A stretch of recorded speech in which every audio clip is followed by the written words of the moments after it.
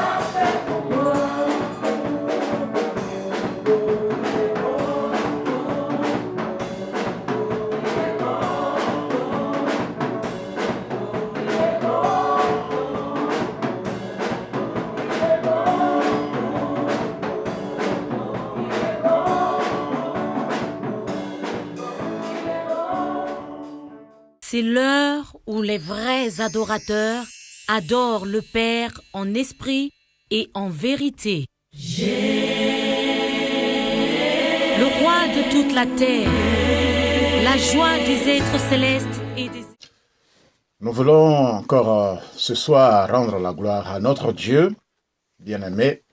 Nous voulons rendre la gloire à Dieu. La Bible dit, soyez reconnaissants.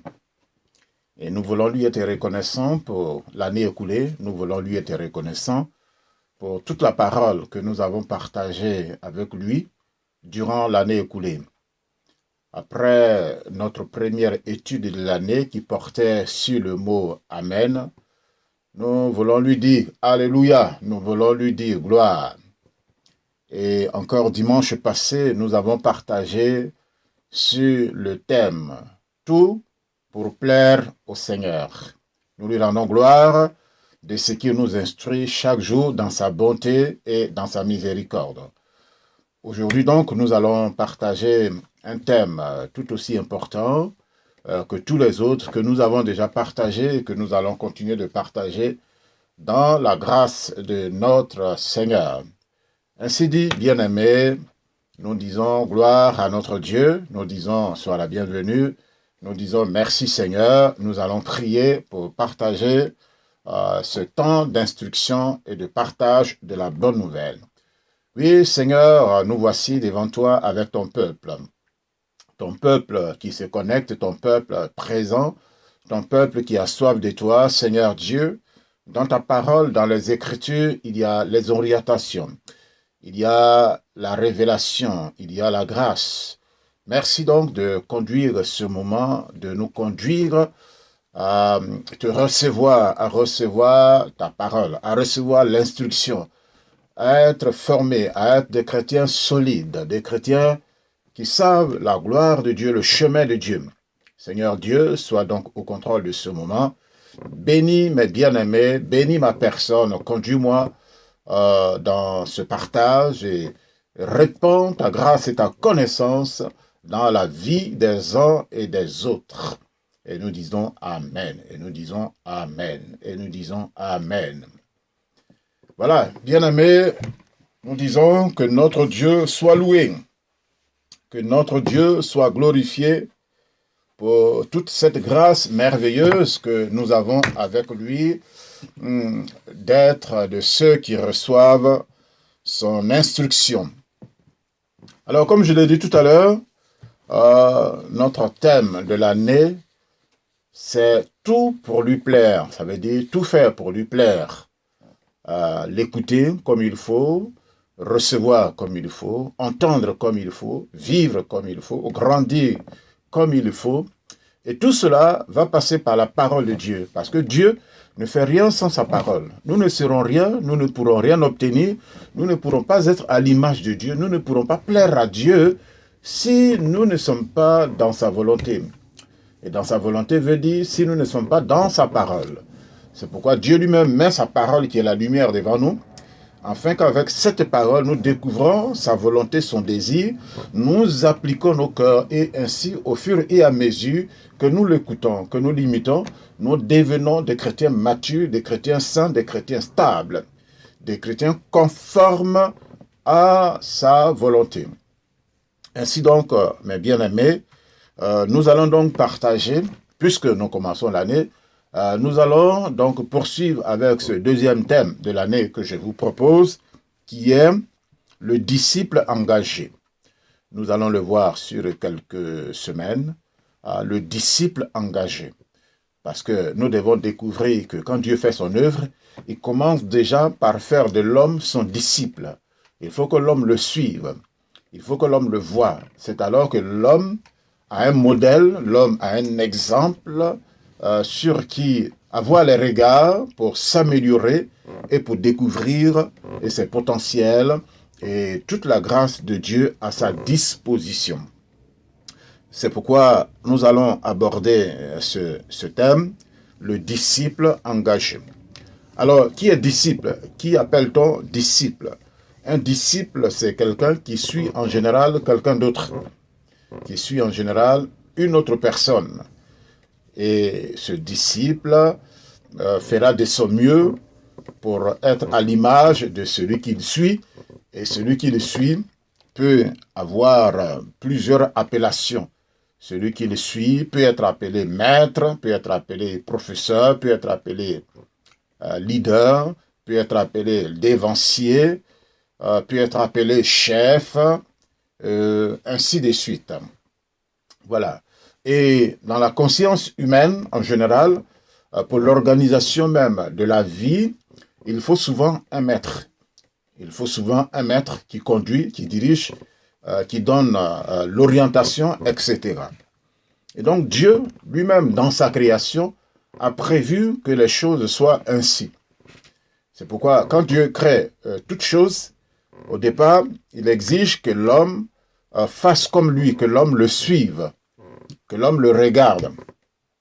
C'est pourquoi, dans la création même, Dieu a mis cette notion de disciple. De disciple. Même chez les animaux, on trouve cela. Chez les hommes, on trouve cela. C'est pourquoi Dieu dit dans le couple, par exemple, que l'homme est établi chef. Parce qu'en toute organisation, il faut un chef qui donne l'orientation, qui donne la vision. Donc, dans le couple, par exemple, l'homme est le chef du foyer. Ça ne veut pas dire qu'il est dominateur, mais ça veut dire qu'il est celui qui est devant, qui est le chef d'orchestre. Et dans les sociétés aussi, c'est ça. Dieu fait cela. Dieu veut qu'il en soit ainsi pour que les choses soient bien coordonnées. Parce que si tout le monde est chef, finalement, on n'arrive pas à l'ordre. C'est parce qu'aujourd'hui, tout le monde veut être chef en même temps, au même endroit, qu'il y a des conflits, qu'il y a des guerres, qu'il y a des destructions. Mais si chacun sait rester à sa place, si le chef sait être le bon chef, alors tout ira mieux pour la bénédiction des êtres humains. Voilà, donc bien-aimés, ceci étant, nous allons trouver quelques passages dans les Écritures pour cette introduction du jour. Voilà, être engagé comme disciple ou le disciple engagé. En fait, quand on refuse la notion de disciple, un problème se crée. Un problème se crée. Vous voyez, quand l'homme a chuté, quand l'homme est tombé, tout le monde a voulu faire comme bon lui semblait. Et c'est ça qui a amené le désordre. C'est ça qui amène les guerres, c'est ça qui amène les conflits. Tel envie l'autre, tel dit que c'est pas ta place, c'est ma place. Tel dit c'est moi qui devrais être ainsi, ce n'est pas toi. Et puis voilà, on se dispute, on s'engueule et voilà. Et donc la Bible nous dit que quand l'homme a péché, alors chacun a commencé à suivre sa propre voie. On ne suit plus un leader, mais chacun est devenu son propre leader. Et c'est ce que Ésaïe nous dit.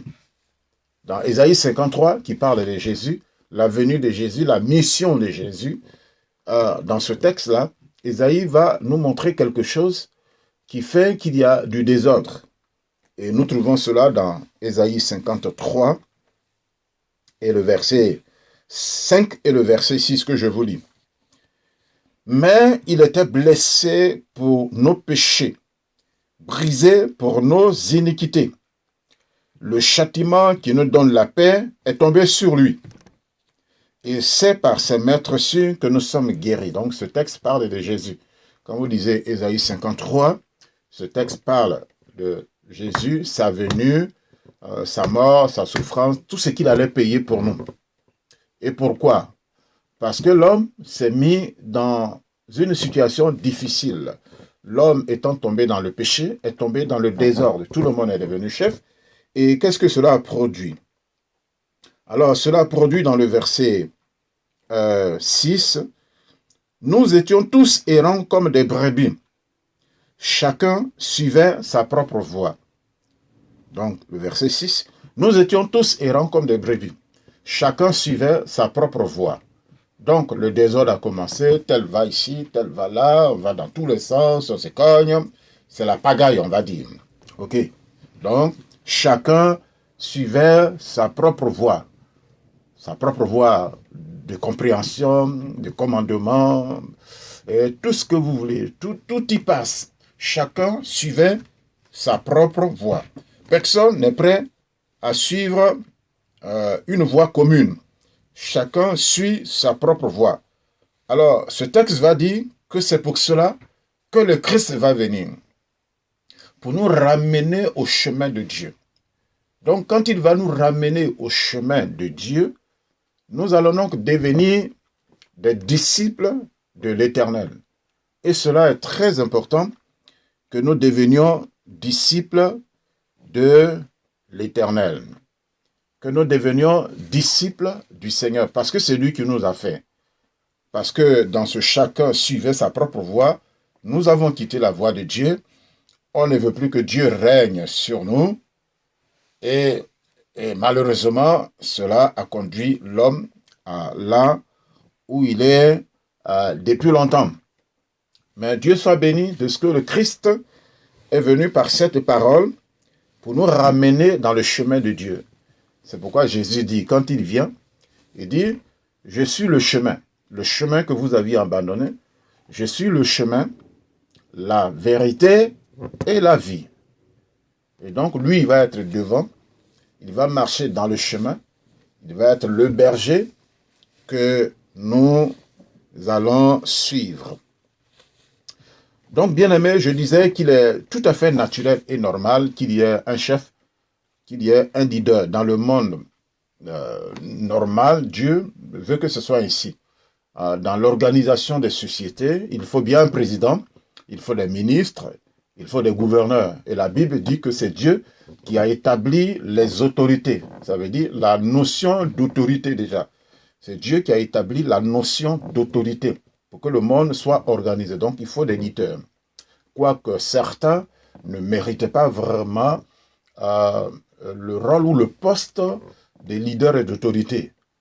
On peut quelquefois s'imposer, on peut quelquefois prendre le contrôle sans avoir forcément reçu la caution de Dieu, quoique toute autorité vienne de Dieu.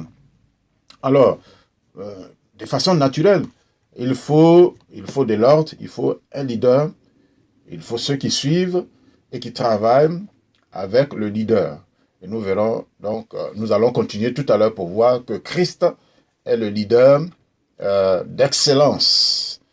Mais avant d'arriver à Christ, nous savons que l'homme, dans son subconscient, sachant qu'il faut un leader en toutes choses, il y en a qui se sont introduits de la mauvaise manière dans la chose, qui se sont introduits gouverneurs, directeurs, présidents, dévanciers, etc., etc. Et certains peuvent gouverner ou diriger ou contrôler ou ordonner avec un esprit naturel sans qu'ils connaissent forcément Dieu, sans connaître forcément le Seigneur. Mais dans la chose naturelle, cette chose qui est d'être disciple est tout à fait normale. Donc on peut le faire avec la sagesse humaine, avec l'intellect humain, la sagesse humaine, et ça peut quelquefois marcher. Il y a des tribus, il y a des régions qui ne connaissent pas forcément le vrai Seigneur, mais qui comprennent qu'il faut du respect, il faut de l'ordre, il faut ceci. Et quelquefois, ça marche bien, sans qu'ils confessent forcément Jésus-Christ comme Seigneur et Sauveur, parce que ça est dans l'ordre naturel des choses que Dieu a établies. Et puis, il peut aussi arriver que certains directeurs, dévanciers, contrôleurs, leaders dans le leadership soient aussi contrôlés par des mauvais esprits. Esprit de méchanceté, esprit de tyrannie, voire avec des démons. Avec des démons qui contrôlent leur esprit et qui influencent les autres.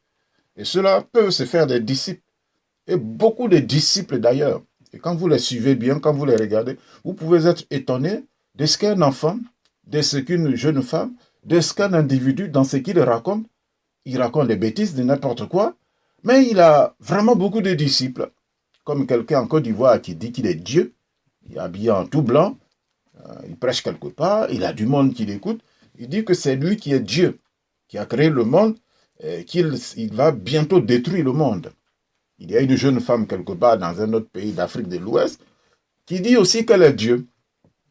Et tous ces gens-là ont du monde qui les suivent. Alors vous vous demandez, mais comment est-ce que des gens, des pères des familles, des intellectuels, des docteurs, des ingénieurs peuvent écouter et suivre ces gens de personnes?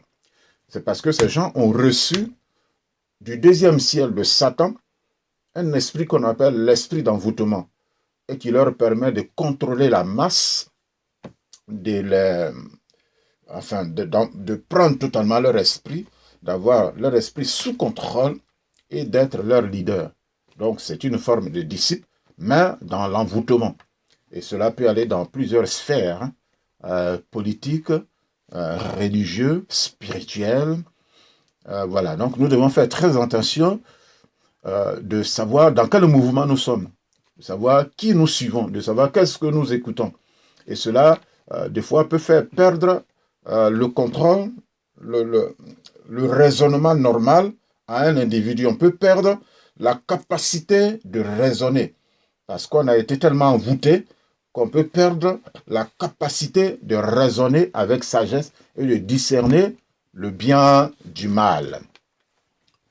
L'Écriture nous invite à discerner, à juger pour savoir qu'est-ce qui est bon, qu'est-ce qui vient de Dieu et qu'est-ce qui ne vient pas de Dieu. Même dans la voie de Dieu, dans la maison de Dieu, Dieu nous laisse toujours notre libre arbitre. Si les hommes arrivent à ne plus avoir leur libre arbitre pour savoir que tel ou tel ne peut pas être dans la volonté de Dieu et qu'ils disent à tout, amen à tout, alors ils peuvent être dans le mauvais chemin. Donc Dieu nous bénisse et que nous ne soyons pas contrôlés, quel que soit là où nous sommes, par des démons, par des mauvais esprits, mais que nous soyons vraiment de vrais disciples qui revenons pleinement à la voie de Dieu. Donc, bien-aimés, Dieu, sachant que nous sommes perdus, que nous étions égarés, va nous faire la promesse de nous ramener à lui. Une parole merveilleuse va être prononcée pour nous. Et ça, c'est dans Ésaïe 54 que je vais lire cela. Ésaïe 54 et le verset 12. Je ferai les créneaux de rubis, tes portes d'escarboucle, et toutes tes enceintes de pierres précieuses. Tous tes fils, verset 13, tous tes fils seront disciples de l'Éternel, et grande sera la postérité de tes fils. Donc, verset 13, tous tes fils seront disciples de l'Éternel. Ils avaient quitté la voie de Dieu et ils vont revenir à Dieu. Donc, Ésaïe, qui va prophétiser sur Jésus, va annoncer que les fils d'Israël, que les fils des nations qui avaient quitté Dieu, Dieu dit qu'il va œuvrer, faire en sorte qu'ils redeviennent disciples de l'Éternel. Donc, bien-aimés, notre préoccupation, si nous devons plaire à Dieu, c'est le terme de l'année, si nous devons faire tout pour plaire à Dieu, nous allons bien retenir ceci. Pour lui plaire, il faut que nous commencions d'abord à devenir disciples de l'Éternel, disciples du Seigneur, que nous le suivons. Et c'est dans la mesure où nous serons capables de le suivre, de le voir, de l'entendre, de l'imiter, etc., que nous serons des disciples du Seigneur comme il le veut. Alléluia. Que le nom du Seigneur soit béni. C'est pourquoi, bien-aimés, quand notre Seigneur vient, il nous dit des paroles qui sont importantes. Il est venu pour appeler après lui des disciples. Il est venu pour appeler après lui des disciples. Le disciple, comme je le disais tout à l'heure, c'est celui qui suit. Est-ce que nous sommes fatigués de nous suivre nous-mêmes? Nous pouvons dire oui. Souvent, quand nous faisons nous-mêmes, nous nous cassons la figure. Nous nous cassons le nez, comme on dit. Voilà. Et combien de fois ne nous sommes-nous pas cassés le nez ou la figure parce qu'on a pris telle voie tortueuse qui nous a amenés à un chemin sans issue. et on est coincé, on tourne sur nous-mêmes. On a choisi un tel pour nous conduire et nous amener dans les ténèbres. Comme Israël disait, non, non, nous on ne veut plus que Dieu règne sur nous, on veut qu'un roi règne sur nous. Ils se sont choisis Saül, et puis ils se sont pris les pieds dans les tapis, ils sont allés droit au mur, la confusion totale. Et les nations tournent sur elles-mêmes parce qu'on s'est choisi quelqu'un, on ne veut plus de Dieu. Il y a des nations qui ne veulent plus prononcer le nom de Dieu, et puis on va droit au mur. Alors cette parole de Dieu est, je vais faire de vous des disciples de l'Éternel. Et moi je suis d'accord d'être disciple du Seigneur. C'est pourquoi cette parole que nous avons lue à fin d'année que vous connaissez, le psaume 23, l'Éternel est mon berger. L'Éternel est mon berger. Donc j'accepte que l'Éternel soit mon berger. Cette année-ci, nous voulons insister dessus, soyons vraiment disciples de Dieu. C'est lui qui connaît le chemin. C'est lui qui connaît les verts pâturages. Alors qu'il puisse nous conduire. Ainsi donc, le Seigneur va nous donner ces quelques paroles que nous allons lire. Quand Jésus est venu, je lis ces mots. Dès ce moment, Jésus commença à prêcher et à dire, « Répentez-vous, car le royaume des cieux est proche. » Comme il marchait le long de la mer, il vit deux frères, Simon, appelé Pierre, et André, son frère, qui jetaient un filet dans la mer, car ils étaient pêcheurs. Il leur dit, « Suivez-moi. » Il leur dit, « Suivez-moi. » Il leur dit, « Suivez-moi. » Voilà, il leur dit, « Suivez-moi. » On verra la suite après. Voilà, donc bien-aimé, le Seigneur t'appelle aujourd'hui. Il m'appelle aujourd'hui. Il appelle aujourd'hui les nations. Suivez-moi. C'est moi qui connais le chemin. C'est moi le Fils de Dieu. Je m'appelle le chemin. Donc Jésus, ayant été dans les jours de sa chair, étant descendu jusqu'à nous, vient nous appeler pour dire « Suivez-moi ». Alors si tu suis le Seigneur, tu es vraiment quelqu'un de béni, quelqu'un d'heureux. Et je souhaite que nous soyons disciples du Seigneur. Alléluia. Nous verrons dans les autres études plusieurs formes de disciples. Il n'y a pas que suivre le Seigneur, il y a suivre le Seigneur, mais il y a aussi suivre d'autres systèmes ou d'autres personnes. Et si tout cela est bien coordonné, Dieu à la première position, et puis les autres suivants, alors tout sera bien organisé et nous serons heureux dans notre corps, dans notre vie, dans les systèmes dans lesquels nous pourrons entrer. Que le nom du Seigneur soit béni. Donc, si nous suivons le Seigneur, il va se passer ceci. Jean 8 et le verset 12. Jésus leur parla de nouveau et dit, « Je suis la lumière du monde. Celui qui me suit ne marchera pas dans les ténèbres, mais il aura la lumière de la vie. » Oui, il y a les ténèbres parce que nous avons refusé du moins de suivre le chemin. Et quand on perd le chemin, quand on se décale du connaisseur du chemin, évidemment, on rentre dans les broussailles, on rentre dans les ténèbres. Le monde est entré dans les ténèbres. L'Église même, globalement, une bonne partie de l'Église aussi, est entrée. Ceux qui peuvent s'appeler même Église, bien souvent, on peut voir qu'il y a les ténèbres ont envahi tel ou tel lieu.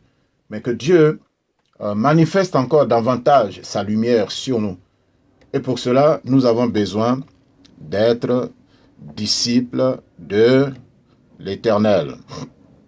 Donc, bien-aimé, ce matin, le Seigneur m'appelle, le Seigneur t'appelle, et il nous dit « Suivez-moi ». Dans Matthieu 4, le verset 19, nous trouvons cette parole « Suivez-moi ». Dans Marc 1, et le verset 17 également, le Seigneur dit « Suivez-moi ». Donc le Seigneur vient nous supplier, il vient insister auprès de toi, auprès de moi. « Suivez-moi ». Suivez-moi et vous aurez la vie. Suivez-moi et je vous mènerai vers de verts pâturages. Suivez-moi et je vous protégerai avec mon bâton et ma houlette. Suivez-moi et vous serez mes brebis. Suivez-moi et vous serez heureux. Le monde a besoin de suivre Jésus. L'Église a besoin de suivre Jésus. Les serviteurs de Dieu ont besoin de suivre le Dieu de gloire. puisque dans Ésaïe, nous avons lu que le Seigneur a dit, oui, je ferai de tes fils des disciples. Voici donc notre grand chantier, que Dieu fasse vraiment de nous des disciples accomplis.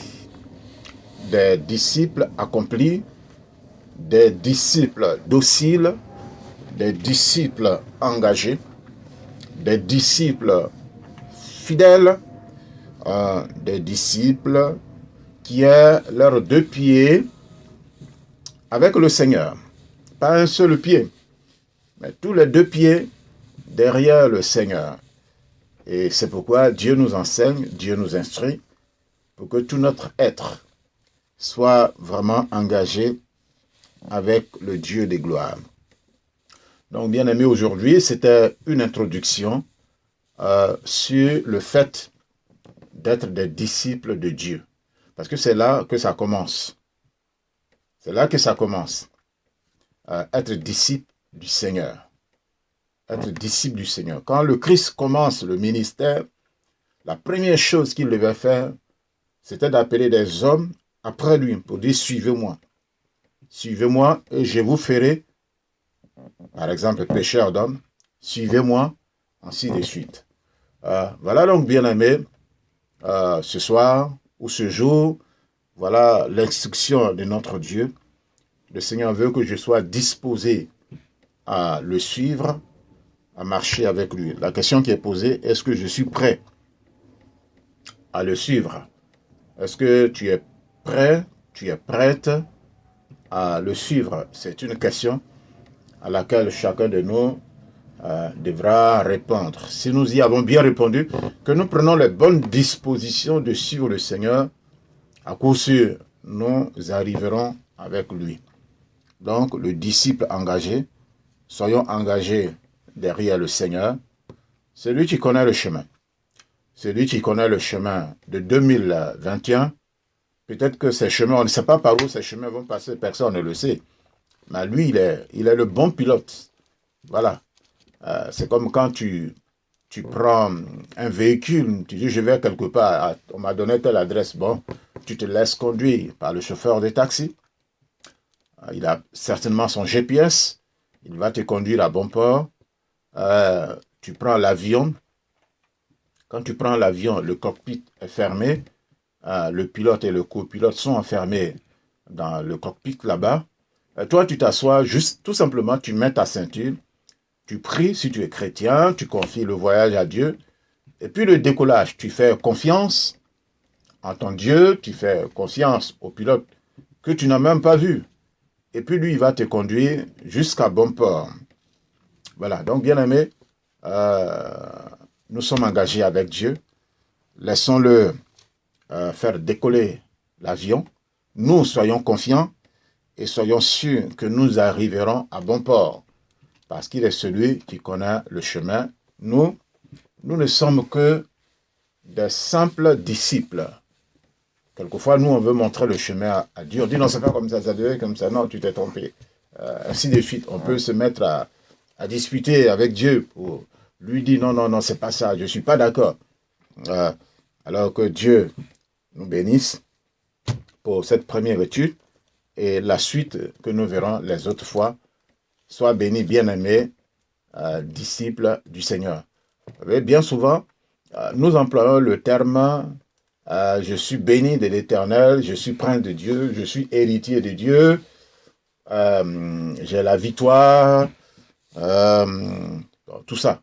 Mais rarement nous employons le mot disciple de Jésus. Alors c'est là que ça commence. Je suis disciple. Je suis disciple.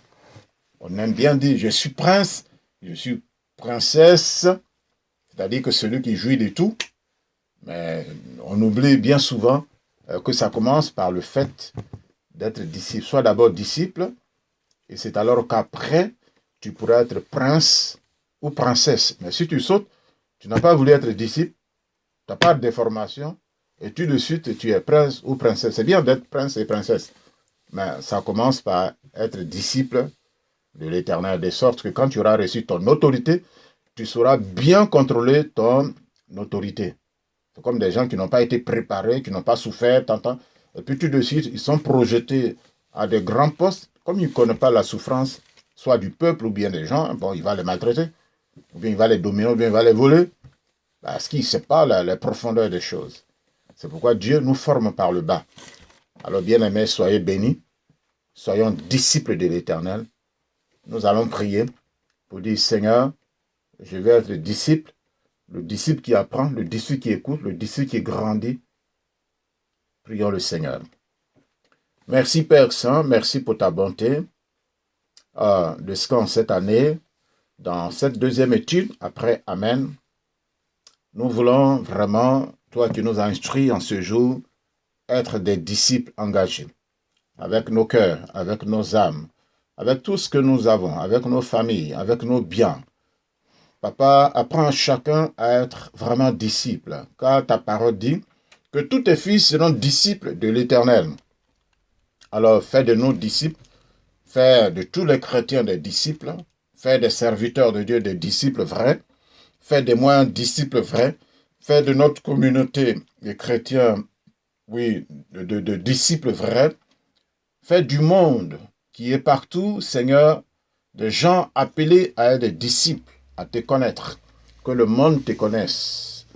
Comme Paul pouvait dire, ma prière à Dieu, c'est qu'il soit sauvé. Seigneur, que le monde soit sauvé et que le monde devienne disciple, que les multitudes en cette année soient sauvées, soient converties, soient délivrées et deviennent des disciples de l'Éternel, qui ne suivent pas la sorcellerie, qui ne suivent pas les fétiches, qui ne suivent pas les charlatans, les marabouts, qui ne suivent pas les spirites, qui ne suivent pas, oh mon Dieu, les égareurs, mais que chacun revienne à la vérité, qui est Jésus-Christ, le chemin, la vérité et la vie. Papa, glorifie ton nom, utilise l'Église pour éclairer, utilise tes serviteurs pour éclairer, et que tout soit sauvé, et que ton peuple soit béni. Au nom de Jésus, nous avons prié. Amen.